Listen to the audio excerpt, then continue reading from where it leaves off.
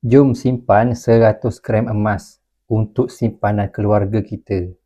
Dengan harga emas hari ini sekitar 600 per gram, nilai dia lebih kurang 60,000. Bila berjaya capai 100 gram pertama, barulah boleh capai 1 kilogram satu keluarga. Jadi, mula dulu 1 gram sebulan sahaja. Yang penting, bina tabiat simpan secara konsisten. Menurut pakar kewangan nombor 1 Malaysia, Tuan Azizi Ali, simpan sekurang-kurangnya 10% daripada net worth kita.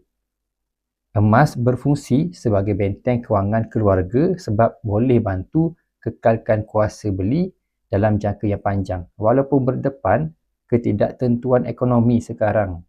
Kalau anda nak mulakan tabungan emas bersama Public Gold, boleh DM detail nama dengan nombor kontak untuk saya bantu guide anda bermula serendah RM100 sahaja.